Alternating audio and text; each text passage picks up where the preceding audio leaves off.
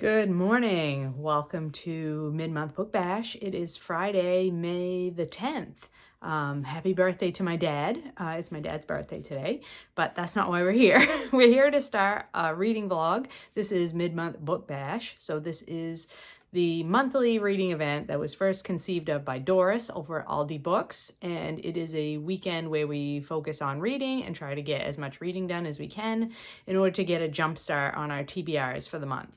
So Doris designed this to be a 4-day weekend, so we start on a Friday and end on a Monday, and that's to give us as much time as possible to achieve our goals. So this month for Mid-Month Book Bash, Doris has come up with a very fun bingo board because it is Springathon as well as being Mid-Month Book Bash. Springathon being the reading event where we try to read nature writing books, which you know I love. So I've made a 2-page spread in my bullet journal for Mid-Month Book Bash, and I have printed out Doris's bingo card on here, and she has some fun prompts that can be filled either with books or with doing things out and about or springtime type activities. And then I have my goals over here on the other side. So let's talk about what my goals are for the weekend. So it is also Mother's Day weekend, so I have some fun events planned for Mother's Day. So I do plan to try to finish Coolidge by Amity Shlaes, I think you say. I'm not quite for sure how to pronounce her last name. This is a biography of Calvin Coolidge, who was a president after Warren G. Harding.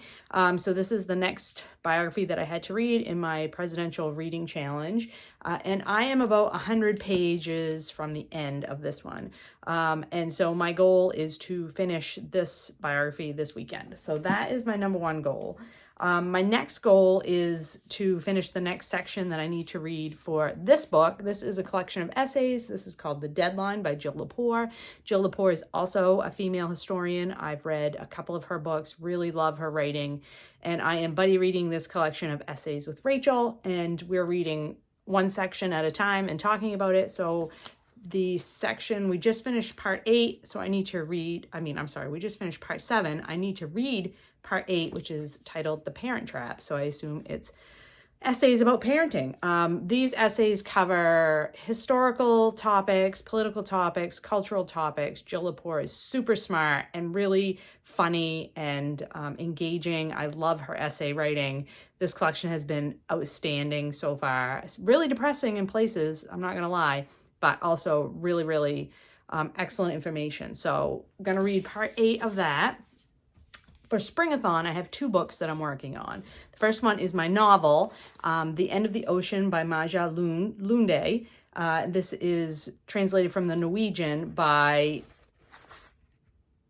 Diane Oatley. And this is climate fiction. I'm buddy reading this with Britta, and I have just started. I've read the first 3 chapters last night. You can see I'm already started to tab, and I'm going to read the first 10 chapters, which is about the first 100 pages, and do a check-in with Britta this weekend on this one. So that's what I'm up to with that. And then I've also just barely read the first part of We Took to the Woods by Louise Dickinson Rich, which is a classic of nature writing, where a woman moves to the Maine woods, to a cabin to pursue her life, and that includes writing. So I read the first chapter of this. I really got on with it. This was written in like the 1930s, I think. Let me see if I can find the publication date. 1942 is the copyright date, but I think she's writing about a time period in the 1930s, and like so much of it resonates with like what I know and understand about living in Maine and rural parts of Maine. So yeah, very much.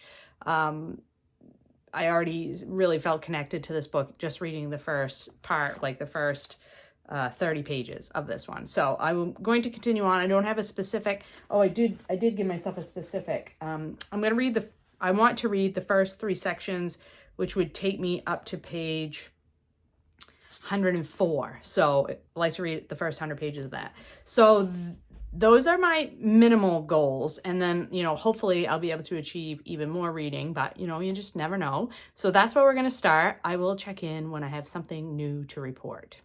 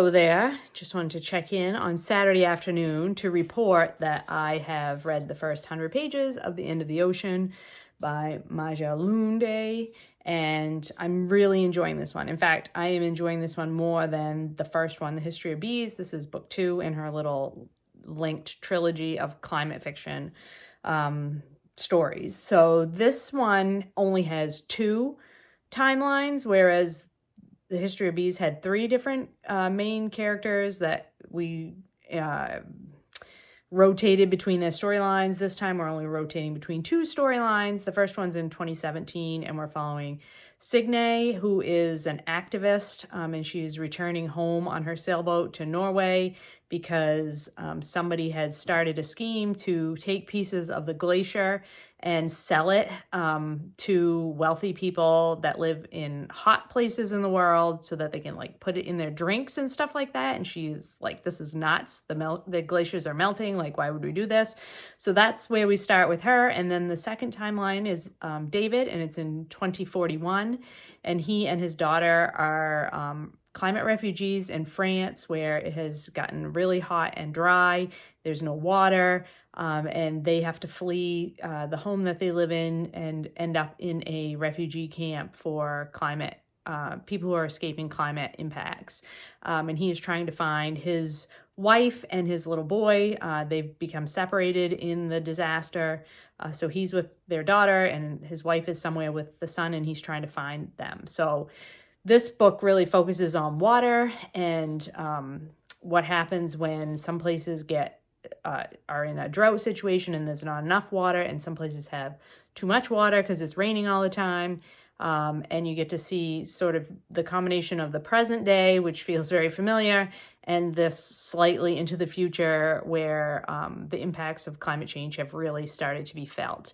And there are so many very profound things already in this novel that have made me really think about things, really ponder things. And I've marked a little spot in here that I want to share with you because I think it's so interesting. And this is from one of the David chapters. It says, "That's how quickly things can change. One day you wake up to the sound of the alarm clock, eat breakfast, go to work, argue, laugh, make love, do the dishes, worry about your bank account being drained before the end of the month. You don't think about how everything you have around you can disappear. Even if you hear that the world is changing, even if you notice it on the thermometer, you don't think about it until the day when it's no longer the alarm clock that wakes you up in the morning, but the sound of screams. The flames have reached your city, your house, your bed, your loved ones. Your house is in flames. Your bedclothes catch fire. Your pillows start smoking, and you can't do anything but run." Gosh. Yeah. Very hard hitting.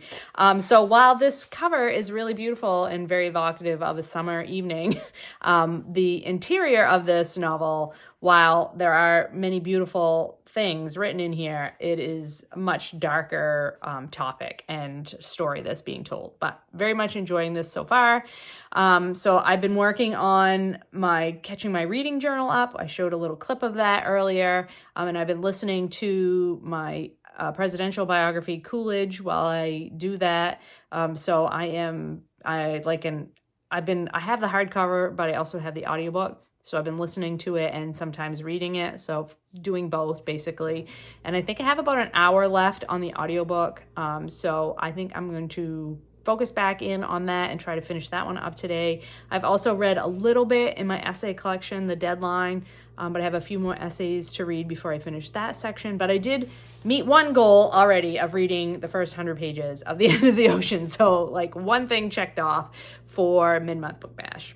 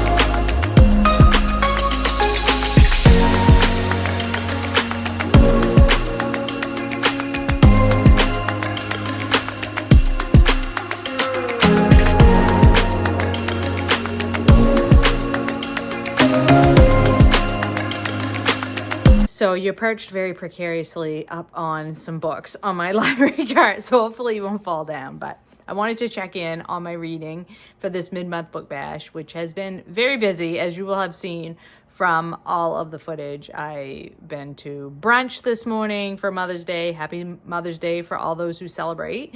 And then my daughter and I went on a hike in the middle of the day, and then I had family dinner with my parents and my sister's family and my family. So yeah, it's just been a lot of stuff happening, but I have been able to get some reading done since my last check-in. I did finish Coolidge by Amity Shlaes, I believe is how you say this. So this was the next biography I needed to read in my presidential reading challenge. And Calvin Coolidge was quite an interesting president. He was born in Vermont and grew up in Vermont. His childhood was in Vermont. And then he went to college in Massachusetts and ended up staying in Massachusetts and getting into politics there. He was governor of Massachusetts for a short while, and then very quickly became the vice president under Harding, and then when Harding passed away, he became president and then served a subsequent term. But he was very much the quintessential New England Yankee. He was very budget conscious, and he ran the government like it was his own household. So he was very much convinced that we needed to reduce the deficit, which the United States had run up quite a deficit after World War I or during World War I. And he was not afraid to veto things that he felt were going to increase the deficit. He was just very, very concerned that the government do things within their means. So, and he was that conscious about it with his own personal finances as well, to the consternation of the White House housekeeper. So he was not the easiest person to live with. I get the impression he was very focused and very hardline about his beliefs and his principles. And so I can imagine that he was very, very difficult to work with and to live with. But he was quite popular while he was president, and there were no scandals attached to his presidency, unlike the Harding presidency. He was very much, he would never have been doing anything he shouldn't have been doing, because he was very, very strict with himself and everyone around him. While he was president, his youngest son passed away. It was a weird thing. His son was playing tennis and got a blister, and the blister turned septic, and he passed away. He was 16 years old, so that was a huge tragedy for their family, and was very difficult, particularly for his wife, Grace, to overcome. Grace was an interesting character, an interesting person as well. She was, by all accounts, quite beautiful, and quite unimpressed with the Washington social scene. That was not her cup of tea at all. And then the party wanted Coolidge to run again for a second full term, and he refused to do so. He felt that it was important that there not be that people only serve for a short time and then allow somebody else to serve afterwards. So very much a man of principle, but probably not the easiest person to be around. And there's a lot, I know this book is quite favorable to Coolidge and his policies, particularly his economic policies, but I know there's some scholarship that talks about the fact that perhaps his policies were so draconian that they sort of did not help as we went into the Great Depression. But I think Hoover is roundly pointed at as a person who was not great at managing the country when the economic downturn came. But Coolidge did predict that the economic downturn was coming. The 20s had been quite advantageous economically for the country, and Coolidge was quite fearful and thought that it was coming, and he didn't want to have any part of that, of trying to deal with that. So yeah, Coolidge, interesting person, interesting president, and I'm glad that I was able to complete this biography of him. And then I've also completed my goal of reading the first 3 parts of We Took to the Woods. This is really fun. I have laughed out loud multiple times. I have read sections to my husband. This is about a family, a woman and her husband and child who moved to the wilderness. the western Maine woods in the 30s. They live in a cabin that is outside of any form of civilization. And particularly this last section that I read, they are locked in the wintertime. Like, there's no way to get out to the nearest town. There's their house and 2 other houses of families that live in this area. And the only way they can get supplies in or out is once the ice comes on the lakes. They can drive with either horse and sled or a Model T Ford. They can drive over the ice into town, like 40 miles.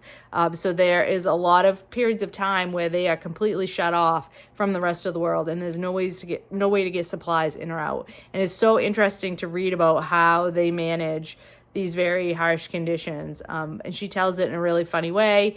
There are periods of time when logging camps set up like within a mile or so of their house, and what it's like to live around these very rough and ready characters who come to work in the logging camps in the winter. This is a way of life in the Maine woods that, was very common in this time period. My grandfather, my paternal grandfather, would go away in the wintertime and work in these types of logging camps, and be gone all winter, cutting wood and hauling it out by horse, and putting it, and hauling it over the ice until they could get to open water and float it downstream. So it's really interesting to read about this historical time period, what it was like to live with no amenities, and she writes with a lot of humor, and so it's quite funny. There's a lot of really interesting characters in here, so I'm having a great time reading this book as well. So that's the update for Sunday night. One more day of mid-month book bash tomorrow, but it is a work day for me, so I'm not sure how much I will get read, but I will come back and report to you tomorrow on what I get done.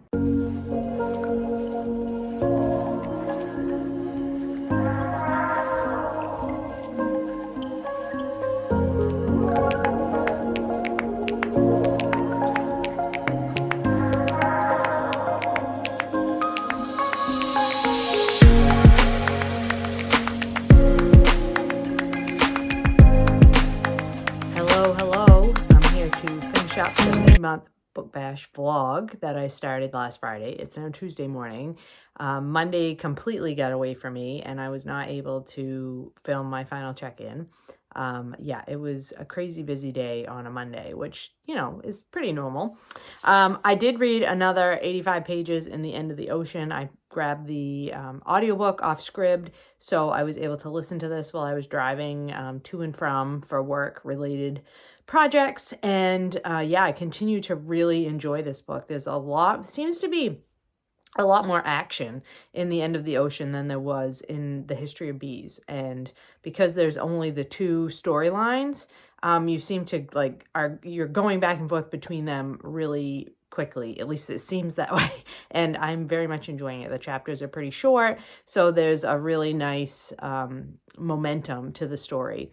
But I will say the topics being addressed are bleak. Yeah, really bleak, particularly in the David storyline, which takes place slightly in the future and is all about what it's like to live in extreme drought conditions.